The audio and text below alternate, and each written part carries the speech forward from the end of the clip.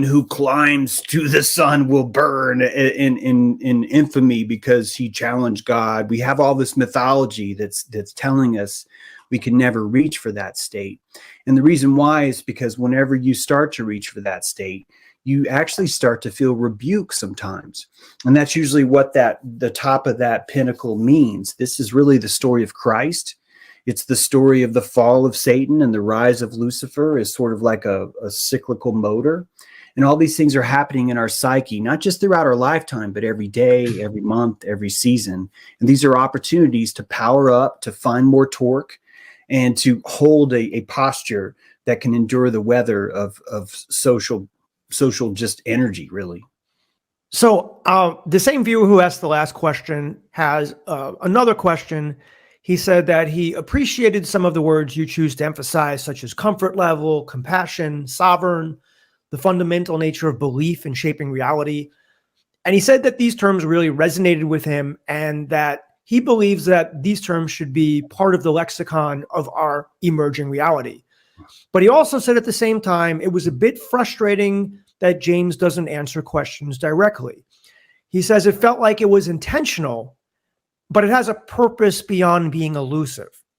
And I think it would be a good question to ask why he doesn't tend to give straight answers. So James, I have to ask you that. I know it might be a little bit of an offensive question, but why do you not give straight answers? I wish that I could see more how I was doing that. It'd be great to have an example so I could grow from it. I spend a lot of time trying to give as direct an answer as I can to get someone on board just to see the perspective that I have.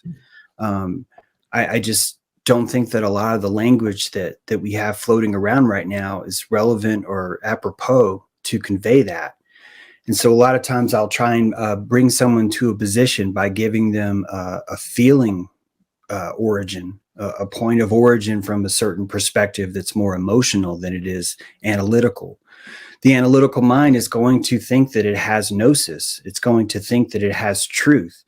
And I believe that these are faulty things that we cling to when we're trying to keep our head above water and survive. I think that's why people say things like he's being elusive. I think it feels shifty to them because the texture and the terrain of what I'm showing them is a little bit more nebulous, or more liquidy than they may ever see it. And it's just a natural reaction to have that sort of look. So you mentioned in our last interview that we're all operating on different energy frequencies. I believe you referred to that energy as hertz and said that it's constantly changing.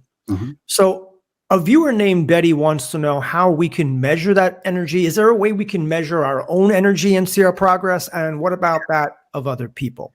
Yeah, emotional feedback is an instrument that's inside your cockpit. And it's a giant, it's one of the biggest instruments you have is your emotional radar. And most of us are taught, oh, well, I can't feel this emotion. That's non-productive. And so we instantly start taking white out and we're whiting out the x-ray screen, trying to like blot out those blips. And we're stuffing cotton in the speaker port to block out those sounds. When in fact, these things are not problems. They're not faults. This is the delicate diaphragm of our sonar listening to the world around us. And the feedback that it's giving us is an emotional timbre. So we emotionally react to the world because we're emotionally able to see where our vessel is. So sometimes we will approach something, a question like, how come James will never give a straight answer? At one kind of megahertz, if I'm low on ego, not high on ego, if I'm low on ego, that kind of question hurts because it feels, in fact, there's the word hurts, but it feels like, well, he doesn't trust me. And so then if I have a low enough hertz and that's able to penetrate, I start to answer from, well, you should trust me and everyone should trust me and people should believe me. And why do we have to doubt each other? And all my context would be about that. If I have a different hertz, let's say a little bit higher hertz, I can start to look at a person and start to see, why would someone feel that I never answer a question when I have this really elaborate history with live streams, with dojos, with my books, where that's all I do is answer questions, and all I'm told is how eloquently I answer questions. So why am I now hearing this one part, right, that says I'm not? Because I have enough ego, I don't have to say, well, that's just bullshit. That guy doesn't know what he's talking about. Instead, I get to look at the emotional body of this listener, of this person who's saying that. When I have more ego, I'm more generous with my compassion. What that means is I can afford to simulate this person in my crystal palace. I can build an impression of them. And if I have a face, I will assign their physical face to this impression in my mind, even paint an aura on it. That aura may be, oh, this guy doesn't like me because he's this, or this guy really likes me because of this. Both those are the same. All this is based on the accuracy of my ability to compassionate or render what that person's thinking. This kind of thoughts, the things that I'm telling you, not once have I said, I see the reality correctly and he sees reality wrong. We're simply looking at the same vista from a different caloric budget. And that caloric budget just looks vastly different, even though we're staring at the same things. I believe this is some people might find my answers confusing because I'm not giving them this straight kind of thing of, look, you need to stop eating carbs and you need to turn your bed to the east and never ever get out of your car door unless you backed into a parking space first. I don't have those kinds of things because that's not the kind of hurts that I'm outputting in the kind of world that I'm seeing. Yeah, I guess that excludes my next question, which was going to be, viewer wants to know how we can put together all of your ideas and knowledge to make a better life for ourselves. Do you want to answer that? Or yeah, I think that most of your reality is going to come back to your cockpit. Anything that keeps you in your cockpit is going to be astronomically better. That's why I push Zetetics. Look up that word. I encourage everyone to look up that word and to practice saying it out loud. It's a hard word. Could you spell it? Z-E-T-E, Zetetics, T-E-T-I-C, and then it depends if you're going to say Zeteticism or Zetetics, but Zetetic is the word, Z-E-T-E-T-I-C. And it's just the word that all of your reality that you can be sure of is going to have to come in through your senses in some way. Senses is a broad term. We can talk about that, but I'll just get off track.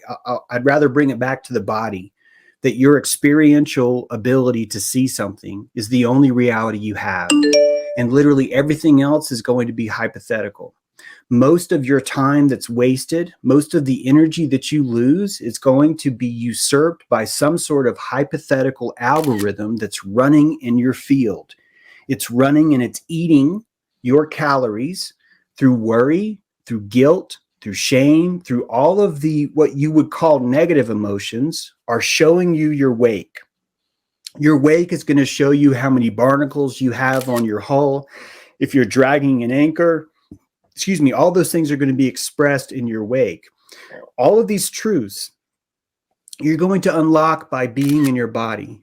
Your pelvis is a throne. Sit in it. Your skull is a crown. Put it on. You are the living avatar of a 200,000-year-old life form or longer. I'm just using that number arbitrarily. You are the central speaking avatar for your entire genetic line. You have the ability to enslave that line, or you have the ability to liberate that line. What you do now is literally everything. If you simply focus on your bones, on your veneration, on your body, on your emotions, you will always find more light. You will always find more hurts. The more calories you have, the more compassionate people will claim that you are. It's just simply a matter of budget. Oh, good answer.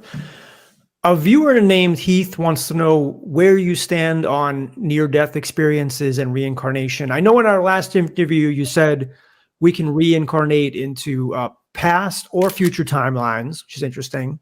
So I'll ask you this. Do you believe in karma, and do you believe in a spirit world that we return to after our lives here? So when I look at past lives, I believe when I'm 7 that's a past life. I believe when I'm 17, that's a past life.